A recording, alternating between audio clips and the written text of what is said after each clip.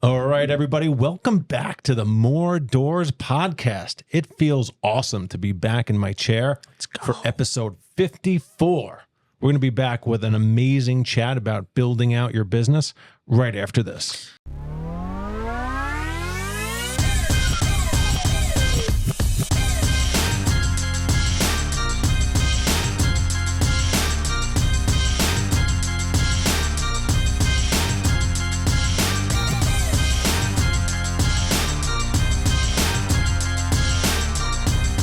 All right, welcome back, everybody. I will tell you, I have missed seeing you guys. I think I was unable to attend last week, and wait, you think you were unable to attend, or I'm you pretty didn't sure. attend? Okay. I'm pretty sure. I'm gonna check the video after this one. And then 2 weeks ago, I was working remotely, recovering from a little lobotomy, as you said. You know how many calls and texts I got about, did you really have a lobotomy? Really? After episode 52. Did you answer all monotone? I did. I said I'm smarter now, actually. Hey, that means people are watching the show. Absolutely. All right. Well, we have a lot of great content to go through today. But before we do that, we're going to give a nod to our amazing sponsors. Amazing sponsors. And we're going to change it up a little bit and say a huge thank you to the one and only, the Wizard of Oz, the man behind the curtain, Jesse Showalter from Tor Studios. Check him out. TOREstudios.com. You know, we have some new technology. I don't think he's ever shown the Jesse Cam on the More Doors podcast. I don't think he wants. Maybe today's not the day. Is there a Jesse It's Cam? not on. There's a Jesse Cam now. It's not on. It's not on. But he does have the capability. Nice. So maybe here in the near future, he'll grace us with his presence. We should definitely do that. I love it. Oh, there it is. Oh, there he goes. Hey. Look at that. So fun how you see You just. definitely look like an executive producer with the hat backwards and the headphones on. You got the whole motif going. Yep. Nice. Do you like walk around and go like this a lot? All the time. Scouting. Where's that shot? What's that shot look like? Nice. And then let's give another nod to our friends at Deep Blue Capital, deepbluere.com. Deep Blue RE. Boom, boom, boom. Jesse's little soundboard. The best podcast about multifamily on the face of the planet. Are we going to do it? Nice. Nice. Definitely brings back a little Hot 97 from New York action right there. I like it. Woo, we got all the sound effects going. Jesse Cam sound effects. Man, we are on a roll today. So what's up, boys? It's been a while. It's been too long. You, orca writing freak? Oh my gosh.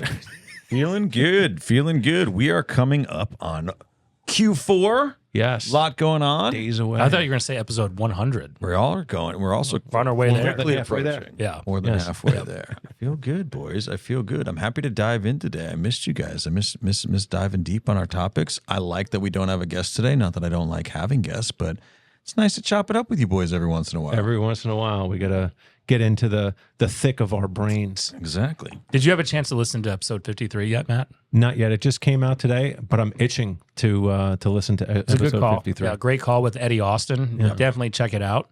You know, the only guest we've ever had on that they did make a claim they're going to live to be 120. Yes. Really? Yeah. He's going to biohack his way to eternal life. We had some good ideas on it, so we're going to be monitoring that. Nice. Yeah. I did see the post today on socials about avoiding the microwave style of doing things or something. Yeah, it's not a bad. There's some really good science on it, actually. So he had some really good insights on that type of stuff. I'd like to talk to him just more about that specific topic, honestly, because, you know, we don't talk about like health and fitness too much on the show. On the Really More should, Healthy though. Fitness podcast. Yeah, that we're starting. Yes. I feel like we don't have enough time to start more podcasts. The Healthier Doors podcast. Exactly. What's up, Nick? I'm just over here just trying to tag people in Instagram posts I like it. The gram. because that's my role, I guess, as a social media You are. guy who sucks at it. You're actually better than all of us. Yeah. Well, just because I make the posts. Yeah, pretty much. That's, I mean, You way to have- demonstrate some leadership, Nick. You have the app Yes. on the first part Yes. of your Right. phone. one step of being proactive. I like it. Yeah. No, it's going well, man. You know, I'm excited to get. Look, I'm excited just to get through the rest of this year. I'm ready for 2025. So I'm ready to, you know, whatever that fresh start looks like for this economy, and tired of talking about all the other bullshit that's going on. Yeah. It's going to be, we have a lot to talk about today. But man, the run up, I feel like the next 2 months are just going to be bananas in this country. I completely agree. Yeah. That's Jesse's made his feelings Jesse known. had coffee before the show.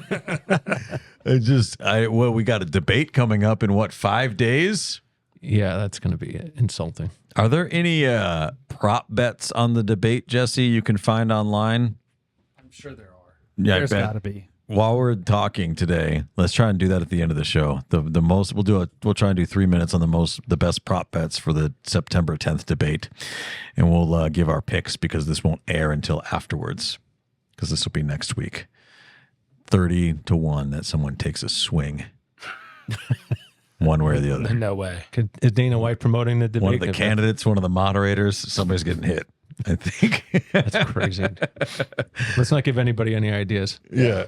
Anyway, should we introduce today's topic for the show? Let's talk about it. This is a good one. Go ahead. This is a good one. We're talking about this is something that we focused on quite a bit in the beginning of our journey. We still do. I think we all have an opportunity to grow in this regard and continue to learn and do things better. But in defining the roles, the roles that need to exist in your business, how your team fills those roles, how you grow and evolve as a business and continue on your journey as you expand. There's a lot of core principles that we have behind that, how we do things here, not only at Deep Blue Capital, but in our other businesses. So we can talk about our other businesses as well today, not just Deep Blue. So many businesses are built with an idea and then you're executing on the fly. And we've always learned on our journey, in order to get to where you're trying to go or at least in the right path, you have to be a lot more strategic with how you're doing things. And that means building your team and finding the right roles and making sure you have the right people in the right seats on the bus. And so we want to really dive into that. We've got several bullet points we want to go down, but this will be a fun topic because I think this is something that we all have a lot of experience in and a lot of negative experiences that we've learned from along, on our journeys along the years. So that's where we're going to kick it today. Where do you want to dive in on this one? This is going to be. I think we should just kind of start at the beginning, right? Okay. Where we've talked a number of times about, when you buy a piece of real estate, right? Yep. Industrial, multifamily, commercial, whatever. Yes, you're buying a building. Yeah. But what you're actually buying is a business. And as the business owner, it's your job to increase income, right? Reduce expenses. Yep. But that's just one deal, right? So if you're thinking about being a larger scale real estate investor, right? You've got to kind of take an organizational leadership type of approach in building out the team. Yep. And look, I know a lot of guys out there, or a lot of people out there that are kind of solopreneurs, right? We're not, obviously, and some of my other partnerships, we're not. And I'm a big believer in the fact that you can go faster by yourself, but you're going to go further with the right team around you, right? And, you can have a great team around you, or how do you build a great team around you and continue to move down the field? And I think that's really going to be the core of what we talk about today. And I like how you said it, because no one talks about that. You can go faster, right, as an individual in the beginning. But then eventually, if it takes off, then what's going to happen is you're going to keep running into obstacles that's slowing you down, and then the growth will stop. Right. And then eventually it will go backwards. Yeah. Because what will happen? You're going to get burned out. You're going to get tired. You're going to say, screw it, that I don't want to do this anymore because this isn't what I thought it was going to be. You're not going to be good at it anymore. This is one of the things and not going to be as good at it. This is one of the things that I think is one of the biggest hidden costs of not building a team properly is the reason that you end up going backwards. Let's take any business, right? Our property management company, for example, right? If we didn't expand responsibly and put the right people in the right seats on the bus, you get to say 500 doors or so. It's not like you stop there. You go backwards because you start providing worse service, right? You lose doors. The whole business caves in, right? So you can get there faster. It's not even just about maintaining. You'll lose ground. Right. Yep. And what you don't want to do as you approach critical mass is have log jams, right? And I think this is what you're trying to say, right? When you grow to a certain point, you start to realize that you have a recurring theme or a recurring issue in certain parts of the business.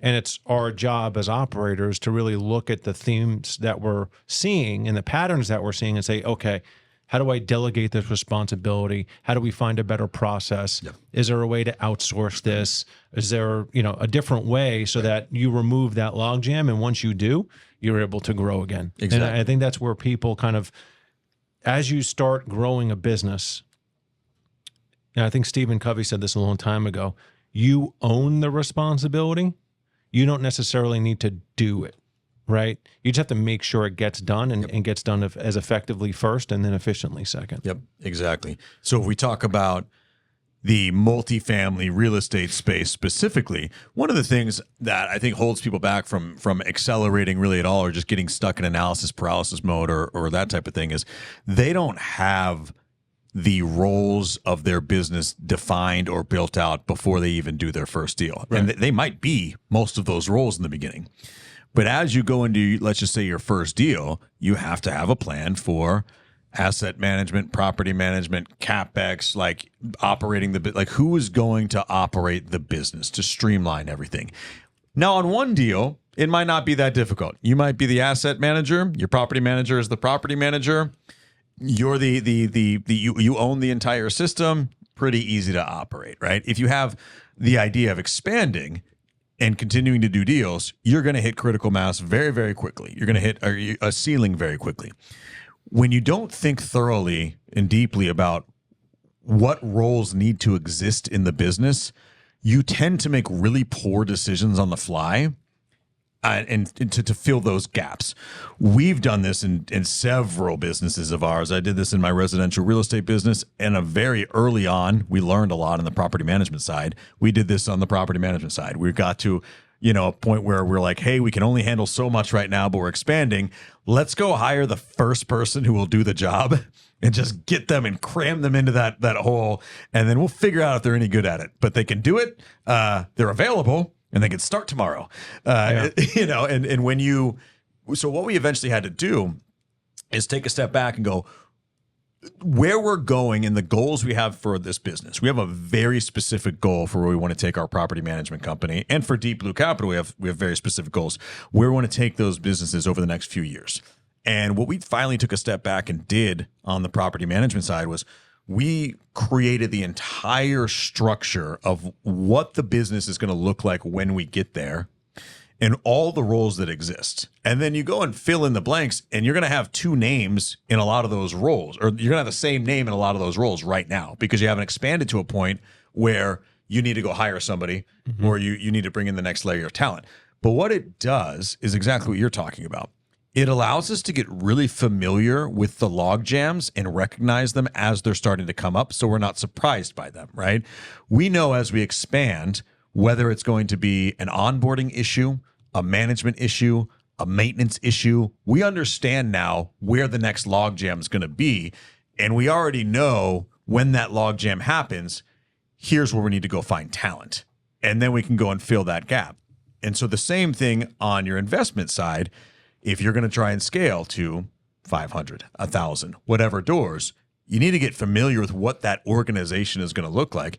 And you might be every name on that organization chart in the beginning, but what you'll start to do is start to see, okay, asset management, underwriting, whatever it is, I'm not the best person to be doing this, and this is the log jam.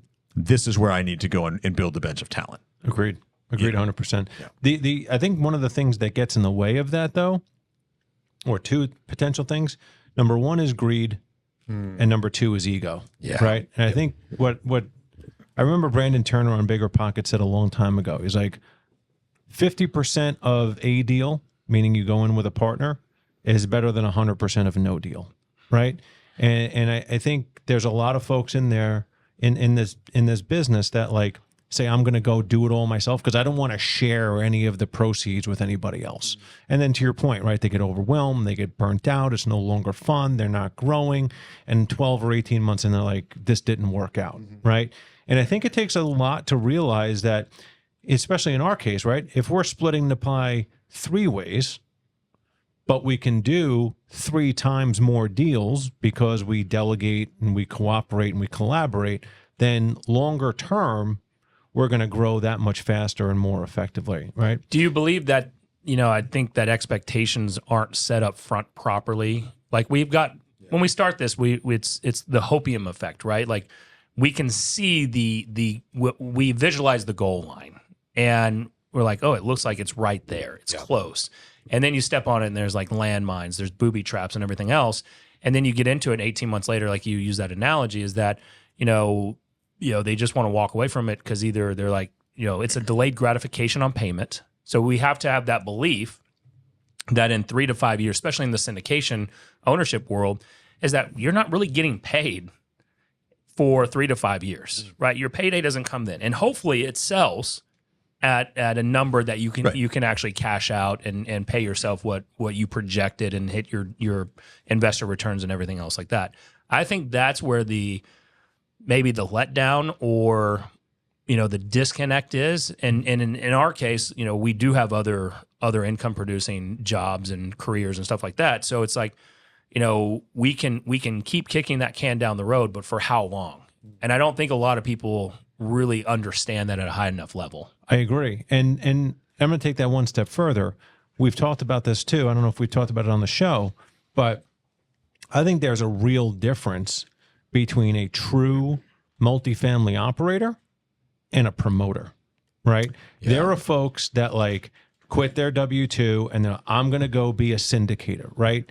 And they have no other income to support. So what does that mean? How does that, what's the end result there? That they're very fee hungry and that they're doing deals just to put bread and food on the table, right? Whereas the three of us, one of the things I really love about the three of us is like, we have other jobs and investments that continue to pay us, which is fantastic. And right now we're just snowballing our proceeds and returns into a deferred gratification perspective. I actually think that's one of the best questions to get answered as an LP is, when you're investing in your deal, is that operator, are they a full-time operator? And that's fine. If so, are they actually at a position in their career where they've been doing this in enough revolutions that they're actually getting paid from doing legitimately good deals that are paying, or are they doing a lot of deals because they get the AC fee up front and that's their business model?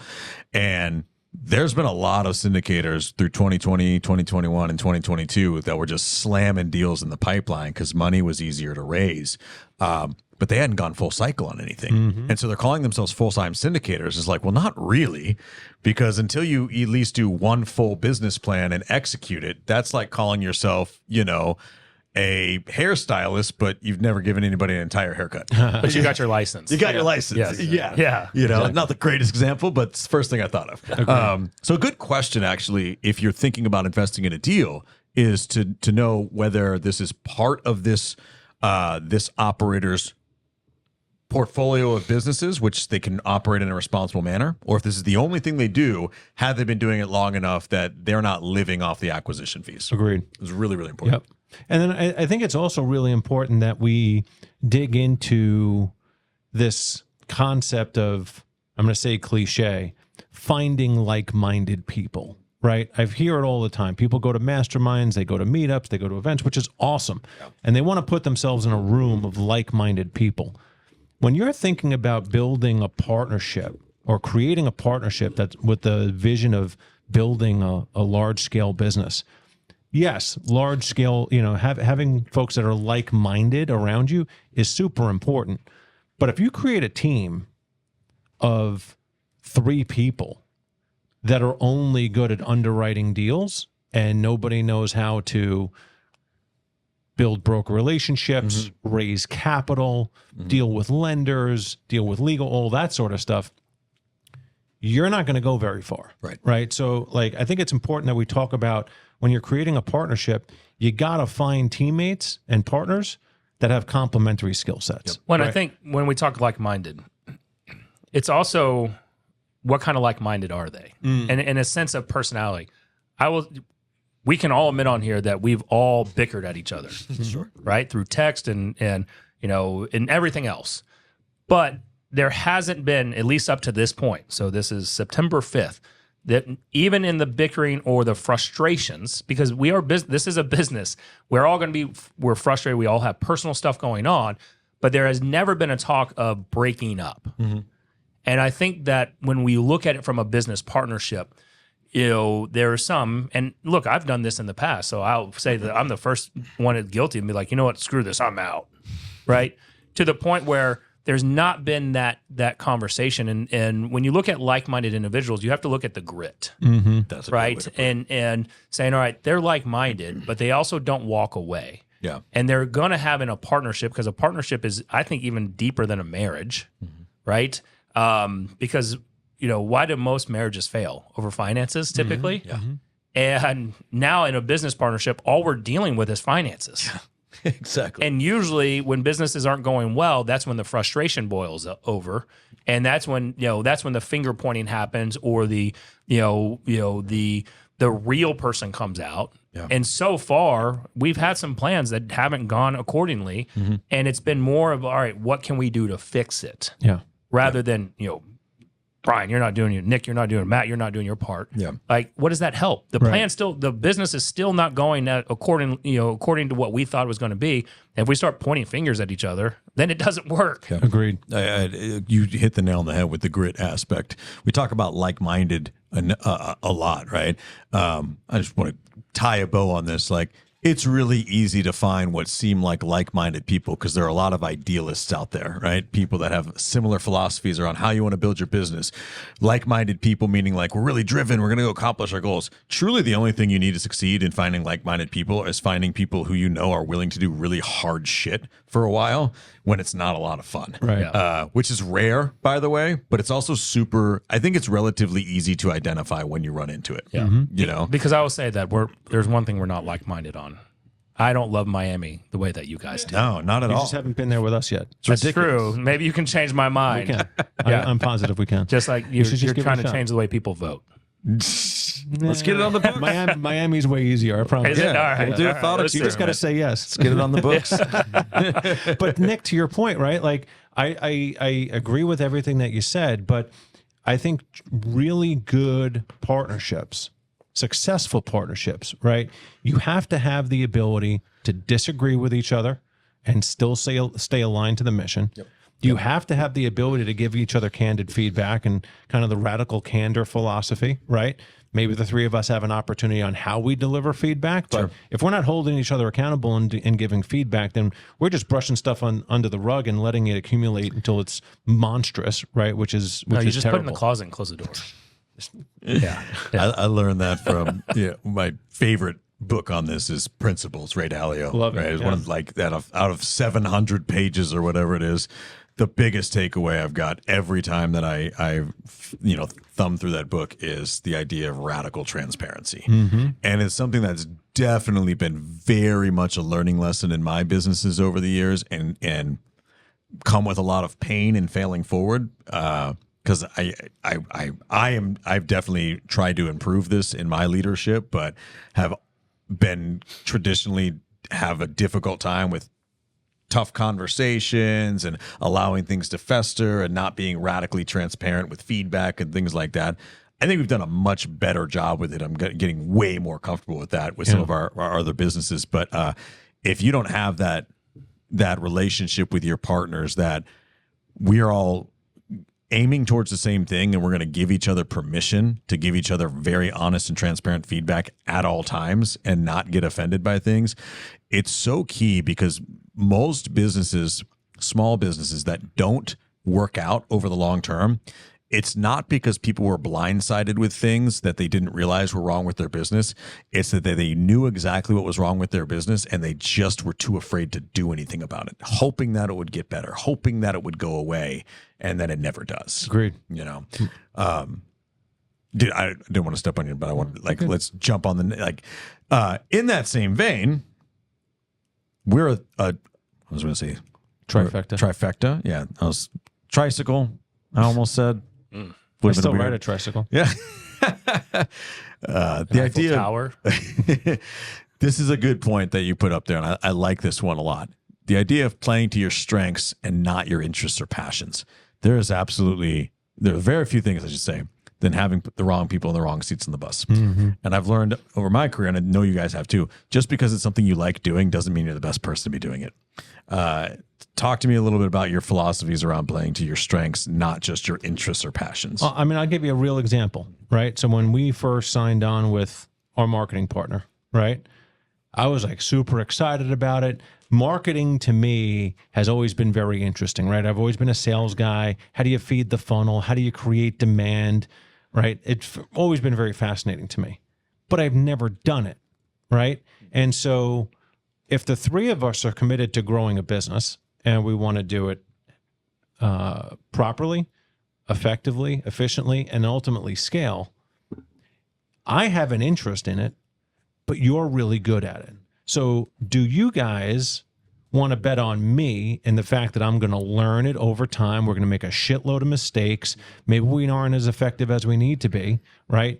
And the three of us were on these marketing calls, and do we need a 6-legged marketing call once a week? Or do we say, Brian's just really good at this, he's going to handle this, and you're going to tell us what content needs to get built and what webinars we're going to run and all that sort of stuff.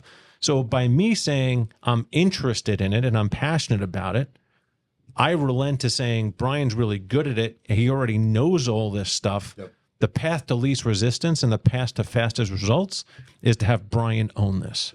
And I think there's probably a lot of partnerships out there where they're scared to admit that, or people just give each other blind faith that they're going to learn it over time. Well, guess what? If it takes you a year to learn that stuff, how many YouTube subscribers, how many webcasts, how many deals, how many things did we achieve in that 12 months while we're waiting for Billy or Susie to ramp up on their demand gen?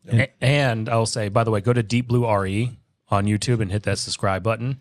But there's over 1,000 subscribers on that, and that's, pretty cool. Really fast growth. That seems like it's what we're putting out content wise. So keep doing that, and there'll be a lot more good stuff coming.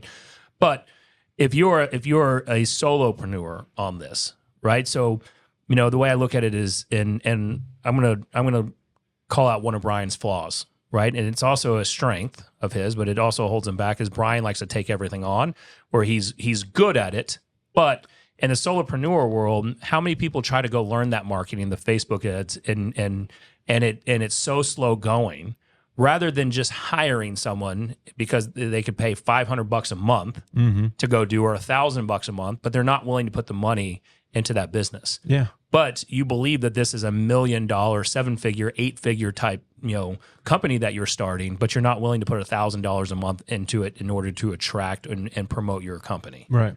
So we hold ourselves back, whether it's a partnership and we think of it as we kind of cheap out, or maybe we put the dollars in the wrong spot and hoping that it will grow, when in reality, that's more of an ego play too, versus, the Facebook ads that you may have seen if you're coming across this from a webinar and you signed up for our investor newsletter at deepbluere.com.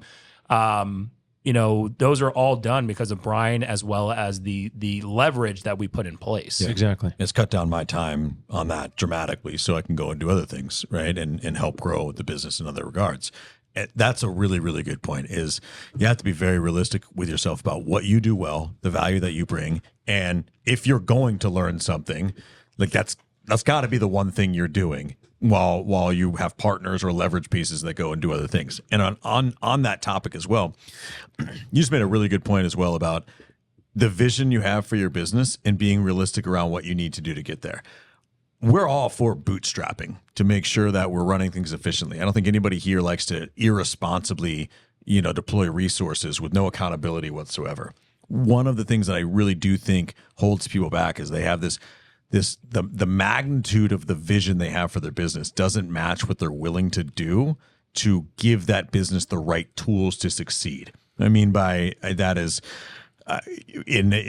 you have $100 million idea for a company, but you're not willing to go and hire a sales manager or a business development manager. You're going to take that on your own while you're trying to be the CEO, while you're trying to be the CMO and the CRO and the CGO, right? Because that's going to cost you, $8,000 or $9,000 a month in a salary. Well, if you hire the right people, another thing that we're going to talk about, you don't want to hire too early when you don't have the ability to give them the tools to succeed. But once you have the tools, you're doing someone else's job because you're too afraid to pay someone else to do it. You're absolutely stunting your own growth. And you have to be aware of that, and you have to be aware of the reality that comes with it. I use the BDM example because we're really at that point in another one of our businesses right now. We need to bring on a sales manager, a business development manager, whatever we want to call it. And I've made it very clear to the team, this is going to be an expense that takes 90 days to see a return minimum. but the return after that is infinite, Yeah. right? And so you got to be willing to come out of pocket for things that really matter. Yep. Otherwise, that vision you have, it's still a you in every single role. It's very difficult to get there. Absolutely. And you know what you were just saying, it reminds me of a conversation that I can't say I'm involved in, but a conversation I've heard a lot, specifically in the tech space, right? You get a co-founder or a group of co-founders together and they have this great idea that they're going to go solve a major problem with technology. And then one of them decides they're going to be the CEO, Yeah. right? And they stay CEO, and then they wonder why the company's not growing as fast as possible, right? There is a major difference between idea and execution, right? And not everybody can be the co-founder and CTO.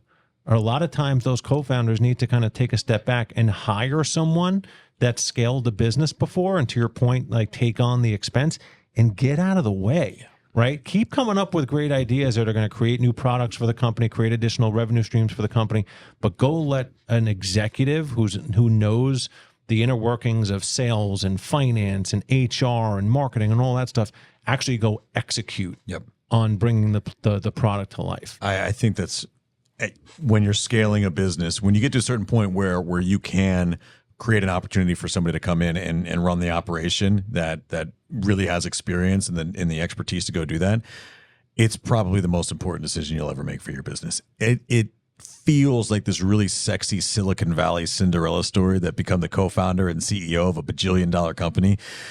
The path of entrepreneurship is littered with the bodies of people that have great ideas and they never really got off the ground because they didn't bring in the right person to actually run the business. Yep. Very rare that that's the same person. Yep. And look, I think about the three of us, right? None of the three of us are in an ivory tower alone saying, hey, did you do this? And who did, like we're in it. And you have to be in it, especially at this stage in kind of the business life cycle. But just because you're in it doesn't mean you do it all, right? And you have to trust your team that we're going to do the things that keep the business moving forward. Yep. On a related note, right? There's also the really critical importance of defining ownership, right? Like if everybody owns it, nobody owns it. Yes. Right. One person really needs to be held accountable for, the various roles and the various deals and the assets and the marketing and all that sort of stuff. What are your guys' experience on that and inside of Deep Blue and your other businesses? And I'll let Nick chime in too. Predefined is my key word there for all of that. This goes back to drawing out what your operation is going to look like at scale.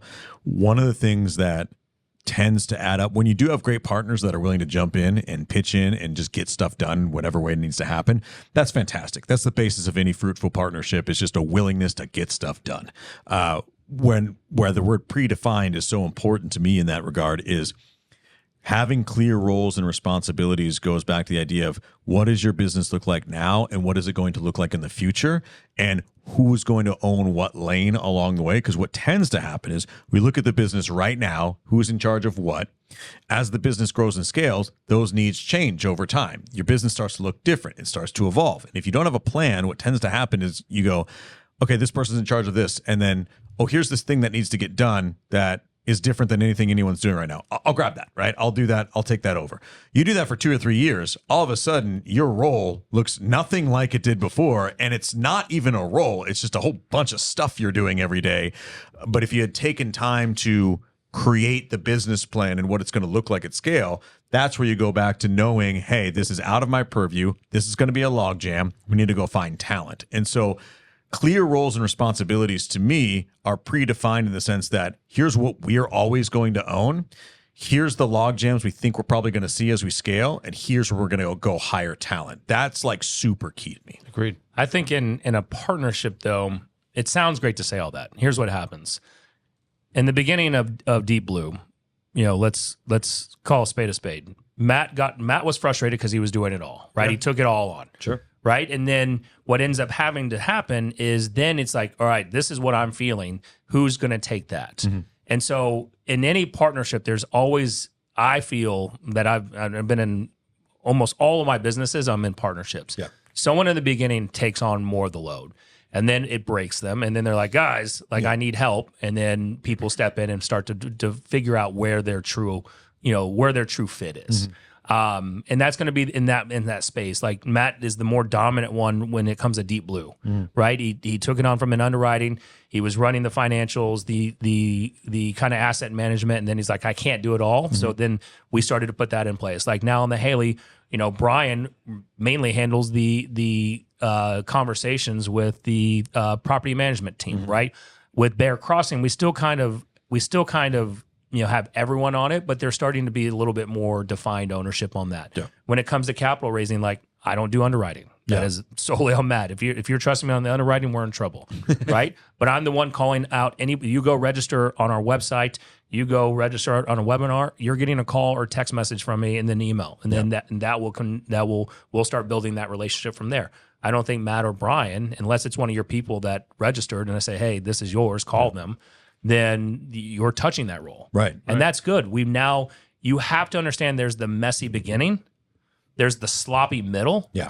And then you come out to the other side of you're starting to clean up the messes of that beginning part. Yes, 100%. The way that I'm describing it is the perfect way to do it. And you've got to go into it knowing that like it's not going to play out that way. There's going to be a lot of mess in the beginning. And you're just trying to guide yourself back. And then it gets messy in the middle. You start to grow. You start to have success. And then it gets sloppy there because you're taking on too much. That's when you have to understand the hiring. And then when you're hiring, you don't just want to hire anybody.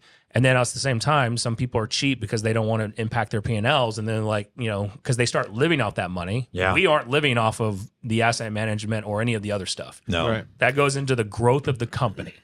That's also really key as we kind of start to tie a bow on some of this stuff. I know we didn't even make this bullet point, but having a very, very, very transparent ideology on how you're going to grow the business and what it means to everybody's personal life is actually super key. Yeah. If you're off on the ideology behind when we're going to take money out, when we're going to turn this into our full-time jobs, like what the road is going to look like, you're going to have a lot of difficulty along the way agreeing on how to grow the business. If somebody is way more inclined that this is going to be like this needs to be their moneymaker right now, and somebody else has a future ideology on this is where we're trying to go and this is what we're going to put back into the business. You got to get like a lot of clarity on that. Yeah, absolutely. But I think what Nick said is just really, really important, right? So we had, we definitely had some kind of passionate conversations as a group, right? We figured out where we had strengths and we figured out things that were maybe not getting done or getting done to our standards, right? And we divided and conquered. And I think that's really, really important. And I think, like to Nick's point, you stepped up on the Haley. You've kind of taken over the marketing. Gives me more time to underwrite. Do we still have a 6-legged or 8-legged call about the Haley every once in a while? Absolutely. But you're driving that, right? And handling all the stuff. And I think what I've been really thinking about is, we have a group of assets in Arlington. We have the Haley, we have BC, we have other stuff, right? And that each one of those separate clusters, if you will, requires its own set of asset management time, right? And needs. Yep. And so like the next evolution in our business is how do we find one property management company that can handle all of that stuff, which further reduces our asset management time and enables us to go scale even further because we all have additional bandwidth. Yeah. So it's always you got to constantly optimize and constantly look to evolve. Yeah. It's funny you bring that up. And there's got a second question to this, but the first one is more of a statement is that I said that today on our operations call for my real estate team is, people are saying, all right, I'll take that on, but they're doing it manually. And I said, unless there's a way that you can put this as an automation, the more it's like trying to carry a stack of China plates. You keep adding more and more on, what's going to happen? Eventually, they're all going to fall over and break. And now we've got it just a mess and a frustrated mess. Right. And it's got to be that, again, one property management would be great. I mean, how awesome would that be? Yeah. Instead of having these different calls with these different people, and you know what to expect. But top view, let me ask you both this. Because we talk about this as a business, and this is where I get a little from the syndication and capital raising. I look at a business as, can it be something that if we all wanted to go to the Canary Islands, I want to go to the Canary Islands so bad. I want to live there. about It's this in all week. Spain, the most mild temperature climate year round. Beach, you got some elevation, awesome. And could we run this business from there? Or could someone else run this and grow this and we reap the rewards? And I don't see that on this one per se from a true business. And so I think some people need to understand what they're signing up for. How do you see from a Deep Blue Capital top, this, you start getting employees, could this run without the three of us, in this leadership role? We're now the visionaries, the founders. What, do you think that the capital raising and management side grows, or is this kind of like a business that we all run until we hit a certain mark? Sure. I mean, I'll give my answer, right? Yeah. Currently, no, we can't go to the Canary Islands and just let Deep Blue, but I would say this with every single business that we're in. Our job is to build a business, and businesses are different than human beings. Businesses are conveyor belts, machines, their systems, their processes, and their products and services. We are probably a few steps away as we grow from being able to provide. And when we say like gonna go run this business from the Canary Islands, it sounds like very fat cat. No, it means that you've created enough opportunity for other people in your world to come in and excel, grow their careers, and create an amazing business, right? Like Jeff Bezos, just an easy example, isn't like coding at Amazon right now. Yeah, but he did in the beginning, built it, and then he provided a lot of opportunity for other people to come in and grow. So eventually, absolutely, the goal for every business is that you as the founder are able to step out, and that means you've done a good job of providing opportunity for other people to come in and run it. So you look at every aspect of the business and how you create an opportunity. Property management, asset management, underwriting, deal flow and broker relations, capital raising, and underwriting, right? Unless I kind of already said that one. The last piece to go are probably broker relations and capital raising, because that's, I think, where we build the most intimate relationships that the founders or leaders of the company still take a lot of primary responsibility. That's not necessarily, with the right system, something you couldn't do while in some form stepping back from the day-to-day of the business, and so there's steps to take over time. I absolutely believe we wouldn't even be building Deep Blue if we didn't eventually want it to be something that provided other opportunity for people to build their careers. Yeah. I love the question. I'm going to poke at it a little bit. I don't think it's can we. To your point, it's how do we, right? And I don't think there's a single aspect of our business that couldn't be run from the Canary Islands, right? Email still works there, right? Phones still work there. I think the only, in my head, if we have the right people, the right systems, and the right technology working with us, the only thing we can't do from the Canary Islands is go tour deals, which means we need to have an amazing property manager on staff that knows our criteria, that can help us co-underwrite deals, that knows the due diligence and all that sort of stuff, and that we would trust to come back to us with objective opinions. We solve that. I don't see any reason why we couldn't. Could it be a little bit of a disadvantage that we're not getting in front of our investors periodically for a face-to-face or stuff like that? Yes, but we're going to have to come back to the States once in a while anyway to do something, right? So I think there's always a way to do it. It's how do you do it, and how do you set up the infrastructure to make sure you don't miss anything? No, you're right. And the reason why I asked that is because you don't see a lot of this, the capital raising. You still see the founders highly involved. Yeah. Right? Where, you go look at some of these other, like a lot of when most people start companies, why do they do it? They do it for financial gain, and then hopefully time freedom. That's typically why they do that. Right. And so then they start getting into it, and they built this imaginary prison because they've started to live off of those earnings, and they don't see a way to get to the other side, which is now they've given themselves a job that they can't get back because they're also the owner, and it will collapse altogether. And they've gotten used to that, the money that comes in, and so they don't, they've been kind of taking from the company per se, and not building it and saying, all right, if we make $500,000 in net profit, we need to be setting aside $250,000 of that to eventually go to salaries or for other people. Exactly.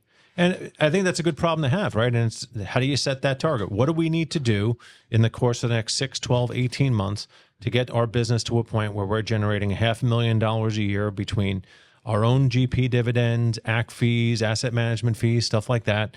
And then how do we hire a group of folks that don't want to live in the Canary Islands that we can trust here? And then we take a step back and we're like, okay, well, we were making $500,000, $600,000, $700,000 a year before. Now we're only making 400, but we're completely hands off, and we have the capacity to be fully present with our families or go do something else. Correct. Right? Yep. I like it. Me too. I like it. No, this was a great show. I mean, it was so great that Brian had to go. I mean, we scared the shit out of him, apparently. Yeah. It was just so real and so like radical candor. That's right. He just skedaddled. No, he had to get to work. Oh, Yeah. He's He had to going go. to plan our exit to the Canary Islands. That's apparently. right. Go look it up. I know you haven't. I Go look believe it up. I- I will say most mild climate. Now, do they have canaries there? No, it's not even about birds. Oh, okay. I think Interesting. it's dogs. Oh, cool. That Yeah. makes sense. Yeah. About why it's called the Canary Islands. I don't make up the names. I just looked it up on Google and looked at for the most mild climate that had a beach and elevation. So if we invited you to go, would you actually say yes? I can't. Or does it have to be your idea? Probably my idea. That was like I was talking to a buddy today, and I found out everyone else. Jesse, are you in the fantasy football league with Mortgage Mike? Yes. Oh yeah, it's nice. See, I want the invite. I just don't want to do it. Gotcha. There's 18 of As us. soon as you get the invite, you're like, nope, not interested. I don't ever say no right away. But I'm like, Usually he just doesn't respond. that's true. And then he's like, why didn't I get invited? No, Well, I just you text did. you TTFI. Thanks, sir. TFTI. TFTI. Thanks for that's the right. Thanks for the invite. Nice. So, no, great show. I really like this one. And go back to listen to all our episodes, and then make sure as you're doing that, Matt, everyone needs to go to dbluere.com. Immediately. Yeah, Right sign now. up for the investor newsletter. And when you do that, put your real phone number so I can call you and I can have a conversation. That way you know it's real. This isn't automation. We don't have automated text going out or any of that. We don't have automated emails. Maybe there's one that says, thanks for signing up. But the phone call is coming from me so we can build that relationship. So deepbluere.com, as well as you should be doing a podcast. I'm going to tell you right now, whether you're trying to just build a company, in today's day and age and time, it needs to be about personal branding.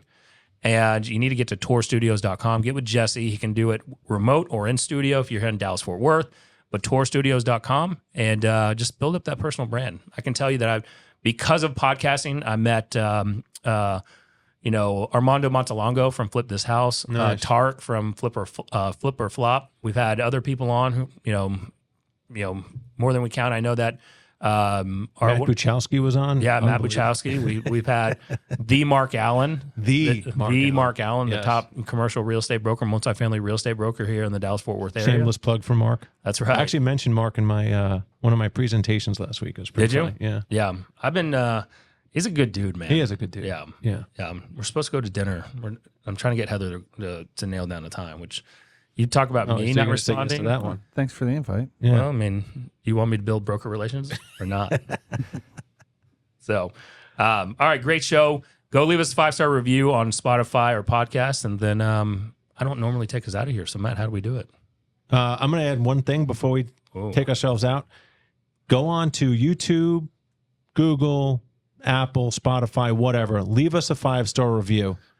Take a screenshot of it and send it to office@deepbluere.com.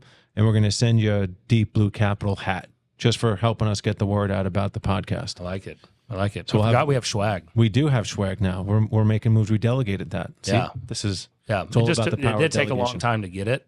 The That was longest just swag our to get. indecisiveness. That's true. That's true. Yeah, yeah. I will say the hats are great. They are. Yes. Absolutely. And the shirt. I've seen. I don't have a shirt. Oh, I have a shirt. I wore it yesterday. Yeah. Yeah. I see you wear it a lot. Yeah. I don't have one yet, but I don't have hopefully Yeah, one I day wore I'll- it yesterday. yeah. That's why I didn't wear mine today. Nice. I should have worn it today and this one yesterday. That's all right. We'll forgive you for that one. yeah. All Better right, time. folks. That was always next episode 54 of the More Doors podcast. Come back to us next week. We have an amazing guest talking about the importance of personal development and investing in yourself. He spent over $600,000 on personal training and coaching himself. And his mission is to help people understand why they need to do it or train them so that they don't have to. Awesome guest. Thanks for listening. Please subscribe. We'll talk to you next week.